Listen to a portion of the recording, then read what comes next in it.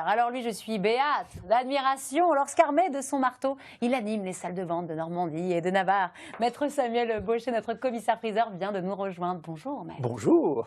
Alors aujourd'hui, on va voir avec vous comment préparer une vente aux enchères. Alors déjà, il faut, j'imagine, la matière première, quelque chose à vendre. Et oui, sans matière première, on ne fera pas grand-chose. Alors, qui peut apporter quoi, maître? Alors, d'abord, apporter quoi? On peut quasiment tout vendre, sauf des choses illicites. Hein, d'accord. Bon, c'est important de le dire. Il faut le préciser quand même. Hein. Ensuite, en fait, tout le monde peut apporter quelque chose. Il y a quand même deux conditions. Être majeur. D'accord, condition. ok. Et ensuite, il vaut mieux être propriétaire du bien quand même. On va éviter de vendre le bien du voisin. C'est mon vélo. Ça semble tellement évident. Mais bon, et d'ailleurs, pour ce faire, on fera signer effectivement à la personne, au déposant, un mandat de vente comme quoi il est bien propriétaire du bien. Et on prendra ses coordonnées. Il ne faut pas nous apporter un objet volé non plus. Hein. Voilà, je précise bien, il faut bien être propriétaire du bien. C'est le sien qu'on vend. Hein. Alors, vous nous avez amené différents marteaux. On va partir du principe, magnifique marteau, ce petit marteau. J'ai envie de vendre un marteau. J'arrive, je vais vous voir, maître Samuel Baucher. Vous allez tout d'abord mettre en valeur mon bien, j'imagine. Comment ça va se passer? Tout à fait. Alors déjà, on va choisir la vente adéquate. Voilà, on va choisir la vente. Je m'étais trompé de V. Voilà, c'était pas la valeur, c'était la vente. On va effectivement trouver la vente adéquate. Alors, une vente de marteau, j'avoue que c'est pas très courant. Il y en a. On va lancer une mode. Pourquoi pas? Pourquoi pas? Il y a des marteaux en tout genre. Hein, c'est possible. Alors, si par exemple, vous avez des timbres, on va essayer de mettre ça dans une vente de timbres. Si c'est des vins, ça va être une vente de vins. Une vente de jouets, par exemple. On peut trouver. Les ventes aux enchères, c'est par thématique tout le temps, maître Baucher? Pas nécessairement, mais on va essayer, surtout sur des ventes de spécialité. Si vous passez une bouteille de vin au milieu d'objets divers, ça ne va pas peut-être avoir un grand intérêt. Après, ça peut être des objets de différentes qualités. Une vente dite classique de meubles, objets d'art, voilà, ce sont des objets un peu particuliers. Donc il faut trouver la bonne vente. On ne va pas passer effectivement un lave-linge à côté de la chambre Louis XV quand même, ça ne va pas, hein, c'est évident. Hein. Oui, ce serait un peu intemporel, il n'y en avait pas beaucoup à l'époque. Donc voilà, si possible, trouver la vente adéquate. Après, on fait un descriptif de l'objet. C'est un magnifique marteau. Alors, on va parler de la matière, par exemple. Oui. Celui-ci est en véritable bois d'arbre, par exemple. Voilà, parce que vous connaissez du bois d'autre chose, vous peut-être, mais bon, d'accord. Donc un marteau en bois d'arbre, on est ravis. Voilà, on a également la forme. Oui, la forme, ça peut être la forme de la tête. La tête peut être différente. Vous voyez que la tête de celui-ci et la tête de celui-là tout à fait, ça n'ont pas la même tête. Vous voyez que les marteaux, c'est incroyable. On peut y arriver. Bon. La datation.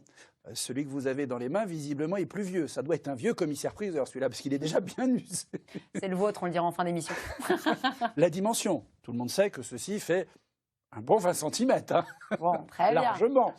Éventuellement, la référence à d'autres objets similaires, si on les a vus, par exemple, dans une autre collection ou dans un ouvrage, on va le préciser. Puis, on va prendre plusieurs photos de l'objet aussi. Ça, c'est important. On va faire tout ça. Donc ça, on met en avant l'objet. Ensuite, les caractéristiques de l'objet. Ensuite, on va essayer de contacter les différents acquéreurs. Oui, parce que vous avez un fichier absolument impressionnant en tant que commissaire-priseur. Tout à fait. Alors, on a un fichier par différents types d'objets. Alors, on va adresser ou un courrier ou un mail.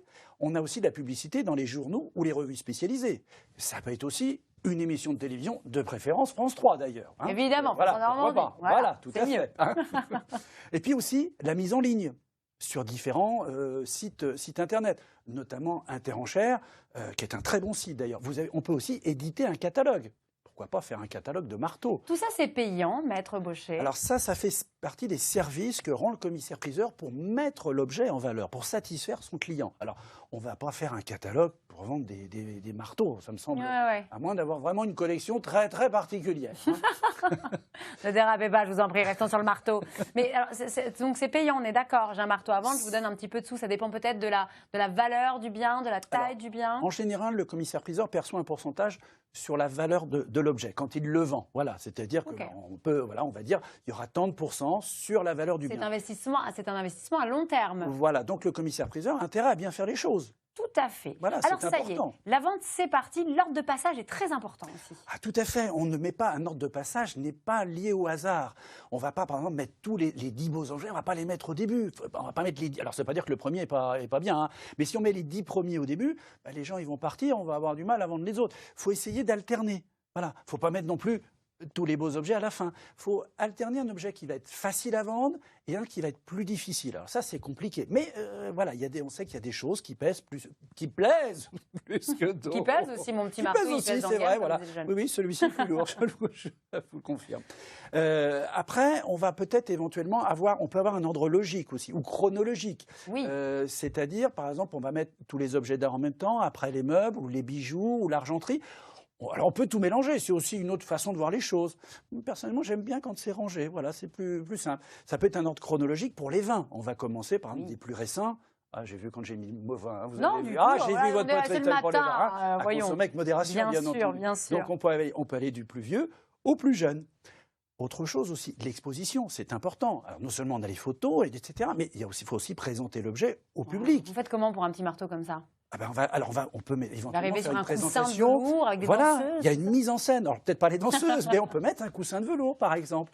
Et puis on va essayer de mettre peut-être un bouquet de fleurs à côté pour le mettre en valeur. Donc la présentation est show, une venteuse en charge. Le lieu aussi, ça peut être dans son hôtel des ventes, mais ça peut être aussi dans un autre lieu. Pourquoi pas choisir un autre cadre? C'est quoi les autres cadres, par exemple? Ça peut être dans un hôtel, un grand hôtel. Ça peut être dans un château. Voilà, il y a une mise en scène en fonction de ce que l'on a avant. Choisir le jour de la vente aussi est important. Pourquoi le jour c'est important? D'abord, si c'est en semaine ou un week-end. Si vous avez, un objet d'art, ça va plutôt, je pense, être le week-end. Un matériel professionnel, vaut mieux le mettre en semaine. Le professionnel, le week-end, il a envie de se reposer, il n'a pas envie encore de travailler. Donc, vous voyez, le jour de la semaine peut être important aussi. Essayez de trouver qu'il n'y ait pas trop de ventes en même temps ce jour-là aussi, parce que plus vous êtes nombreux, moins il y a de gens à pouvoir vous suivre.